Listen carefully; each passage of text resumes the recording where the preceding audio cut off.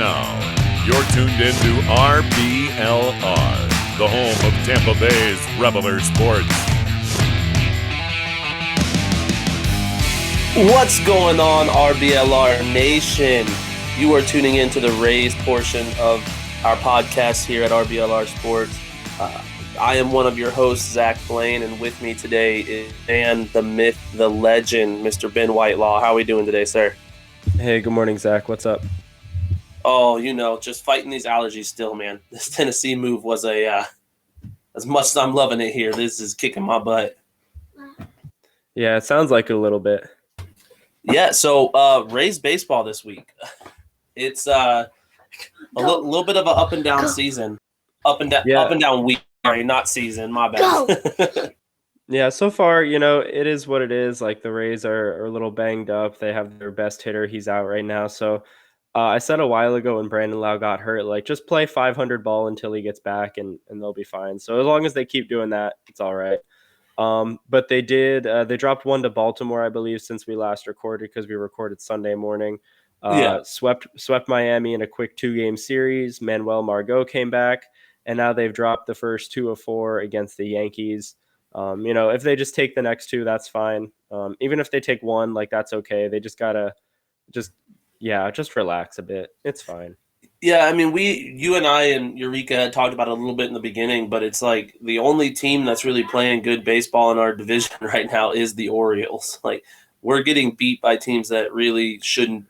In New York, I should say, we're both playing really bad baseball. They're just getting luckier.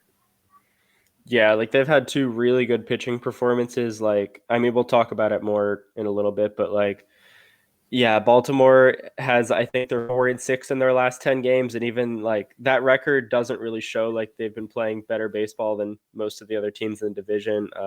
Blue Jays, they're just kind of floundering. It's a weird week for the AL East. All right, well, let's go ahead and get right into our first game then, because we only had one game against the Orioles. Like you said, we recorded on Sunday, so we got both those Oriole games in. It was a 7-6 loss to the Orioles. Yeah, just had to get out of that series as quick as possible. It was a weird one. I don't really know how else to put it. Like, nothing was really going their way. I don't really have much on that game. Yeah, no, the only thing I had is another huge game for our bullpen, and by huge, I don't mean huge like statistics-wise. I literally mean that we threw almost everybody in the bullpen in this game.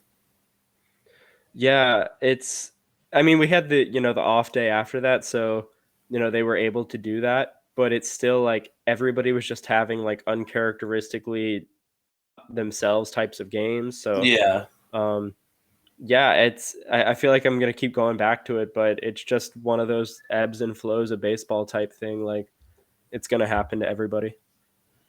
Yeah, no, I agree. So let's go ahead and we'll get right out of that series then, because I agree. We don't have to talk about the Orioles beating us. I'm cool with that. The next game or the next series, because I think we're doing a new little format to the show this week for you guys. The next series we had was the Miami series. And that started on Wednesday. So what are your takes on that? I think Pablo Lopez for the Marlins is probably one of the front runners to the NL Cy Young so far, and the Rays beat up on him, which was pretty cool. They got to him. He pitched a really, really good game. Like, everything was working for him, and they still were able to come out with a win, so that's awesome. I really like Ji-Man Choi that entire series. He had a couple hits, a couple walks. He looks like he's seeing the ball a lot better. Kind of like he did early on in the season. I also really liked Harold Ramirez that series. He had a really, really cool home run in the second game. Yeah, so now I agree with you on those. No one else necessarily stood out to me. KK did. I will say, played a very good series too. I know you'd love to hear that. Yeah, I know you love to hear that. The pitching, though, as far as getting off of the kind of offensive side, Shane McClanahan and Andrew Rasmussen both come out and throw beautiful games to me. Yeah, McClanahan was really solid. Drew Rasmussen definitely got hit around a little bit, but those kinds of games are expected from him because it still doesn't make sense how he's doing what he's doing. That's for another story, I guess. Feyereisen was really good. The bullpen as a whole was good, but Feyereisen just continues to dominate. He's down to a 1.52 FIP this season, strikeout rate over 30, walk rate under 6. Just a dominant season so far.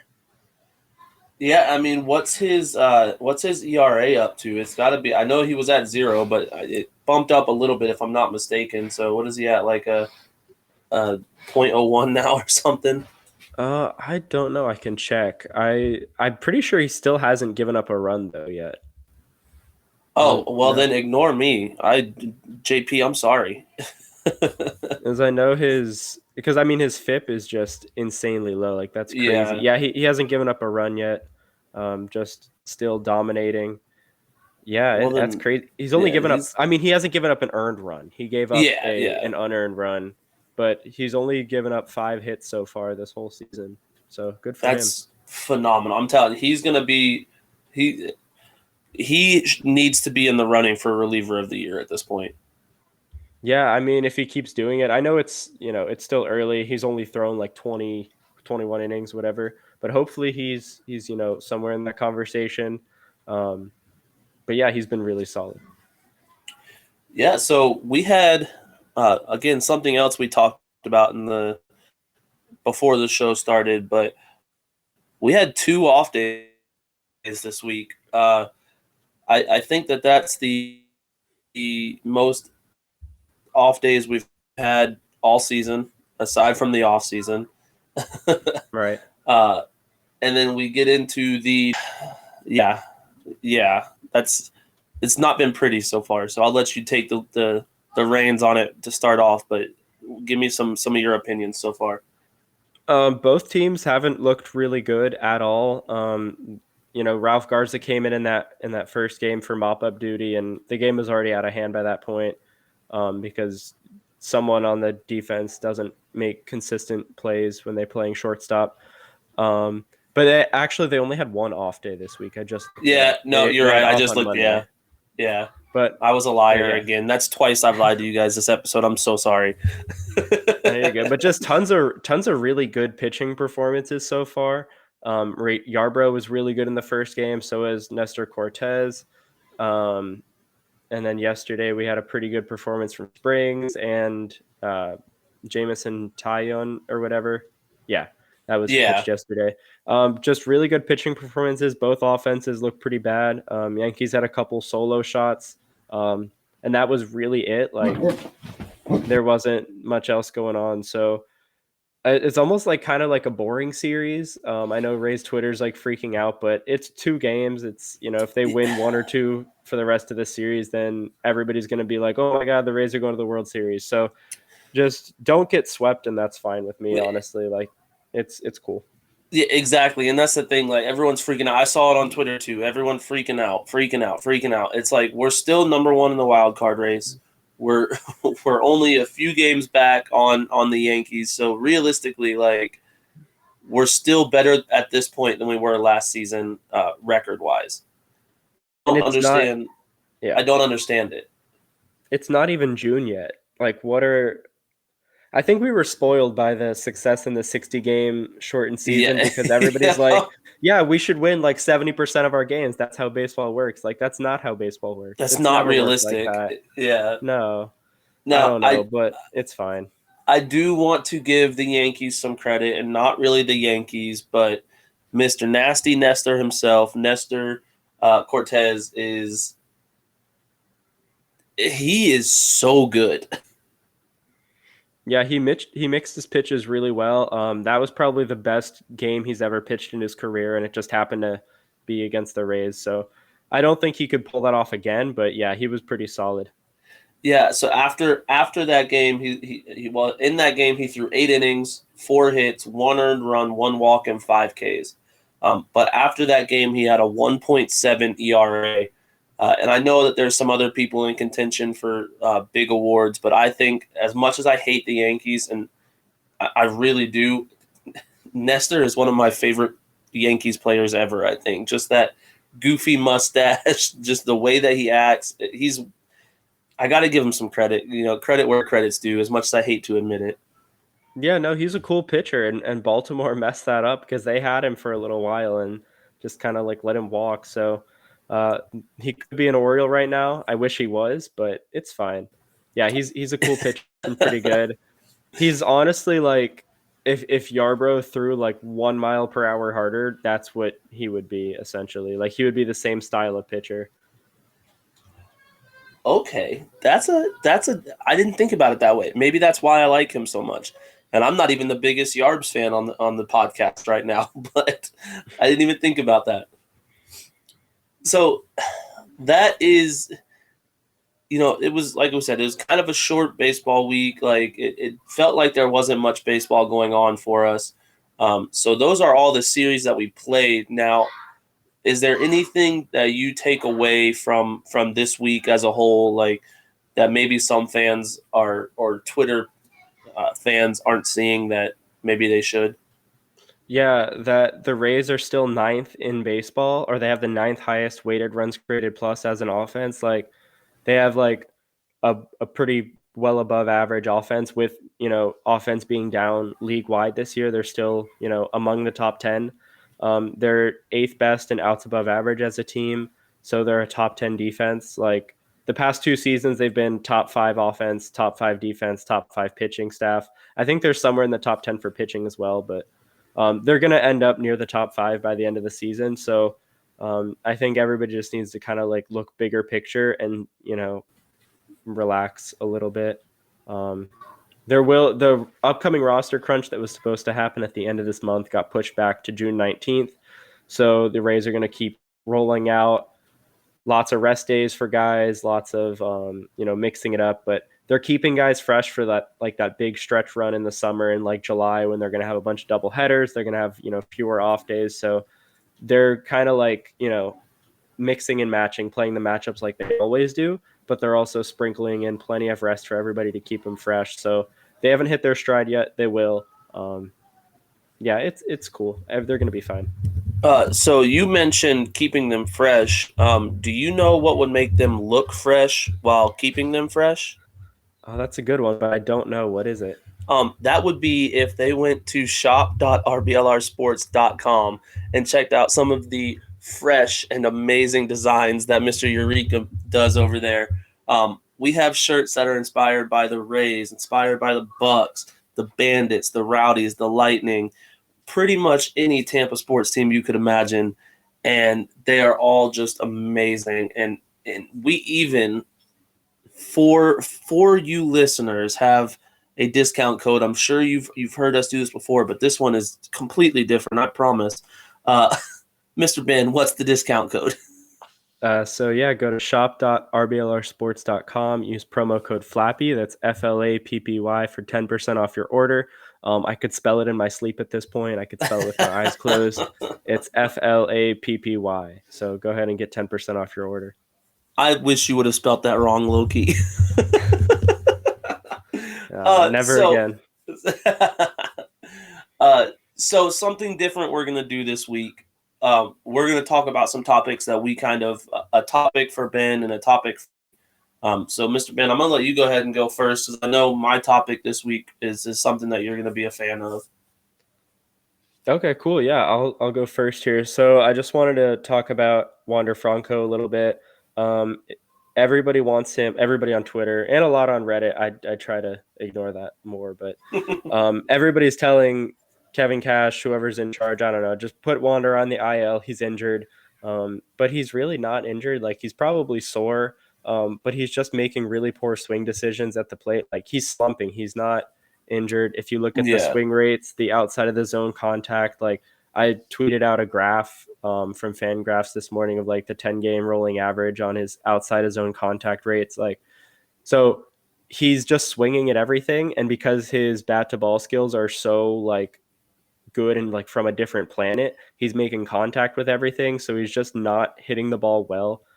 He'll be fine once he stops swinging at everything. Like he just needs to stop chasing and he'll be fine. But he's definitely in a slump. He might be a little sore, but it's just annoying to see like every armchair manager on Twitter saying that he needs to go on the IL because he doesn't. The Rays are arguably the most conservative team in all of baseball when it comes to managing workloads. So if he was really hurt, they wouldn't put him out on the field. They wouldn't have him in the lineup. He would be like, shut down right now for a week or so and then rehabbing in Durham eventually. He's not hurt. He's sore. Everybody's sore. That's what happens when you play baseball for 162 games. You get sore. Exactly. And, the Rays play a ton of postseason games too. So, I mean, there's that extra workload there, but he's going to be fine. He just needs to stop swinging at everything. Yeah, something that I wanted to touch on with that is all last season, granted he played in only 81 games, but in 81 games last season, he had 37 strikeouts. Right now, he's already at 18. So it's just something that I think you're right. I think he's just in a slump, and we're just not used to seeing him in a slump, which is it's weird for fans, but it's going to happen. No matter how amazing your player is, he's going to have a bad, stretch here and there. Exactly. Unless your name is Mike Trout, then you don't really have those. He doesn't count. He's not human. He is not. But yeah, human. I mean, this is Wander Franco's first slump ever in like the documented history of him playing baseball, and he's 21 years old. Like, he's gonna break out of it. I don't think Chad Mottola, interacting with him much about it. I think he wants Wander to figure it out for himself because he can and he will. There was an interview on the Neil Solon's podcast a while ago with Chad Mottola, and he said like, yeah, I just kind of back off and like let Wander do his thing because I don't want to put too much pressure on him or get in his way. So I'm sure if Wander asks for help, he'll give it to him because like that's what he gets paid to do. But I think it's more impactful if he just lets Wander figure it out. The slump might last a little bit longer that way. And because he has been sore, so he has like, not been getting super consistent at bats, but it's really barely been 2 weeks that this has been happening. Yeah. And that's not that long of a slump. And he's starting to show signs of not swinging at everything, but, he'll be okay maybe in a week or two. And then everybody's going to forget all about the slump that he's in. Now, I think a big thing to take away from what you just said was that they're letting him work through it himself. Like, what other 21-year-old do you know of, like, in professional sports where they're like, you know what, he's having issues, but he's good enough that we're going to let him work on it himself? Yeah, I mean, I think every coach should do that just from, like, a teaching perspective, like, just from my experiences in, like, my life. Like, getting out of people's way or, like, a student's way when they're trying to learn something is the best thing you can do for them. It's kind of like more of a progressive, like, hands-off approach, but they don't learn unless they experience things. So he can't learn how to break out of a slump unless he learns how to break out of a slump. So it's obviously easier said than done. But he's also not going to break out of his slump if he's on the IL or sitting on the bench every day. So he just has to keep playing every day. Soreness, health permitting, and he'll be okay. I have absolutely zero concerns. He might be pressing a little bit because he knows Brandon Lau is out, and Brandon Lau is the best hitter on the team. So he has a little bit less protection in the lineup. I know, everybody. Oh my gosh, that take aged really well. So my God. But so many people were like trying to dunk on me, like quote retweeting, like, "Oh, Wander's better than Lau." Like, are you sure about that? Like, look at his like -42 weighted runs created. Dude, I remember when you posted that and all the backlash you got. I was like, are we going insane right now? Like, I didn't think it was very obvious that. Yeah, exactly. Lau is. Look, I'm going to double down on Ben's take. Lau is very obviously the best hitter on this team, and I truthfully don't think it's as some of the Twitter people think it is. Yeah, I mean, I think Wander will be the better hitter eventually, but like, you've got like a top 10 MVP candidate every year on the team, and like, he's hurt. So of course the offense is going to slump. I mean, it could be better, but it's fine. And yeah, that's a nice way to put that. We just got a little quote from Eureka. I want to make sure to give him credit. Sorry, credit. Because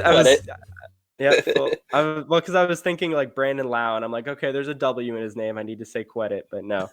He said, "Lighting Lau's candle doesn't extinguish Wander's flame." There we go. Exactly, and that is perfectly said, because we're not taking anything away from Wander. It's just that Lau has a track record and as much as we love Wander and he's been phenomenal as a prospect, he doesn't have that track record in the MLB yet. Yeah, not hitters. Pitchers have clearly figured him out. If they just throw him changeups, outside of the zone, he's going to get himself out. So until he can like relax and stop swinging at that, he'll be fine. So yeah, I'm not concerned about Wander. He's slumping. He's not hurt. Just give him some time and he'll be all right. Yeah, I agree 100%. So we'll jump right into my topic then on someone else that our Mr. Ben Whitelaw here has very high aspirations of, or for a potential Hall of Fame center fielder in Kevin Kiermeier. So I want to just, like, my topic this week is more of an opinion-based topic, but to me, I can't remember a time that Kiermeier has made so much noise this early in the season and has helped out so much on the offensive side of the ball. We always know that he's going to be this amazing defensive player, like one of the best, if not the best, defensive center fielder in all of baseball. But I feel like this year we're seeing a different KK at the plate. So what is do you have any takes on that or any opinions on that? His swing change has helped. He's just simplifying things. He's not trying to do too much. He's just putting the ball in play, hitting line drives. Hitting line drives the other way has helped him like open up most of the field. So good for him. He's definitely a veteran, and it shows. He's has a short-term memory. He doesn't get upset about the previous at bat. He just goes out there, hits the ball hard, puts it in play, plays great defense, and it's really cool to see him batting leadoff. Like, I love that. I agree. I've always wanted that from him, and he's finally doing it. I don't think it'll last very long this season, but when he's hot, you got to put him near the top of the order. He'll cool down eventually, but I think he'll still be like, a slightly above average bat this season. Yeah, no, I agree. And that's kind of where my opinion came from, as like, since I've been paying close, like, I've always been a Rays fan, but admittedly throughout like basic training and all my stuff that I was doing away from home, I wasn't really as up to date on the Rays as I should have been. But this is the first time that I can honestly remember hearing like multiple games early in the season where KK has home runs or KK does this, and it's like, okay, so he's actually a problem at the plate now. Like, and by problem I mean problem in a good way, like a problem for the other team at the plate now, as opposed to just seeing him dink line drives. It's nice to see, and it's something that I think his swing adjustment has just been above and beyond what I expected out of him. Yeah, it's crazy. Like, he's getting like one barrel per game, which is that's amazing. He's putting the ball in play at a really nice rate. He's got great quality of contact. His quality of contact has been really good all season, but he's finally like hitting the grass now. Like, the ball's hitting the grass. So yeah, it's really great stuff. I'm happy to have him. He's a phenomenal base runner, one of the best defenders in the league, and now he's a consistently good bat. So that's gonna be really good for the team this year. Yeah, I couldn't agree with you more, and I think that's why I'm so excited for him. I do think that I'm gonna make a little bit of a prediction here. I think that this is gonna be his best offensive season that he's had potentially ever, let alone just in the recent history. But I also think that he's gonna match his career high in home runs this season, which is something that I never thought I'd be saying about Kiermeier, because I've been one of those trade him away now guys. But this season he has changed my opinion, and I am very happy to admit that I was wrong in that instance. I hope this is the year that we can get KK to an All-Star game. I think that would be cool. It would really help out my personal agenda here. So let's get him to the All-Star game. Stuff the ballot box. You all know what to do. Create multiple email addresses. Let's make this happen. I think Ben's got the right idea, so let's just do it. All of us make 15 different email addresses and vote for KK into the All-Star game. Yep, I am fully endorsing voter fraud here in this one specific situation. Nowhere else, just in the All-Star voting. Oh Lord. Okay, so that's an interesting sound bit to take from the show. Yeah, let's use that one as our preview on Twitter. But anything else about KK here? No, that's all I had. I just wanted to get your take on if you were feeling the same way that I was as far as him being just drastically better offensively, so early on. Yeah, it's been nice. He's been hot. So I know we still need to do our players of the week here. We got our bat and our arm. Do you want to go first with your bat? I'm gonna go with KK this week. He obviously no one's impressing me much in the Yankees series so far, so I'm just gonna go back on. KK hit an inside the park home run against Miami. He played solid against the Orioles, so I'm giving it to KK this week. That's fair. I was kind of torn between Harold Ramirez because he's been pretty solid lately, and Ji-Man Choi. I'm giving it to Choi. He's got a 247 weighted runs created plus this week, an 1185 OPS, 0.3 FWAR. All of those lead the team, and he's also had a 99.5 mile per hour average exit velocity. So he's averaging like 100 mile an hour line drives. It's crazy. He's locked in. Getting on base. He's striking out still a little bit more than I'd like. It's, up above 30%, I think, currently, at least in like his last couple of games, but he's still walking a lot. It's like above 15%. So he's been a menace. And today he gets to face his son, Garrett Cole. Garrett Cole starting for the Yankees today. So it's crazy. Ji-Man Choi is like an OPS over 2,000. Like he's going to dominate. He owns Garrett Cole. It's really cool to have a player that does that to another team's pitcher. I'm so excited for that today. Yeah, I am more than comfortable with calling Choi the bat of the week because he was my second place vote. So I'm comfortable with Choi being the bat of the week. All right, cool. What about your pitcher this week? So I'm torn. I don't know if you're gonna have the same idea, but I'm torn between either Shane McClanahan or JP Feyereisen for bat of the week. Or for arm of the week. Yeah. They both can bat. It doesn't matter. All right. I know Feyereisen pitched like 2 innings this week, which is not really. I feel like that. I mean, he's been great, but it's kind of. I was going to go with McClanahan as well. Perfect. Then let's go McClanahan then, because 9 strikeouts, great game against Miami, the first game of the Miami series. So I was more so with McClanahan, but Feyereisen I think it's based off his whole season, which I agree is not really fair to put him in for arm of the week for his whole season so far. I think he'll definitely push for an all-star spot, JP Feyereisen, if he keeps this up. But yeah, 2 innings this week isn't enough. Maybe if he had like 4, I would think about it.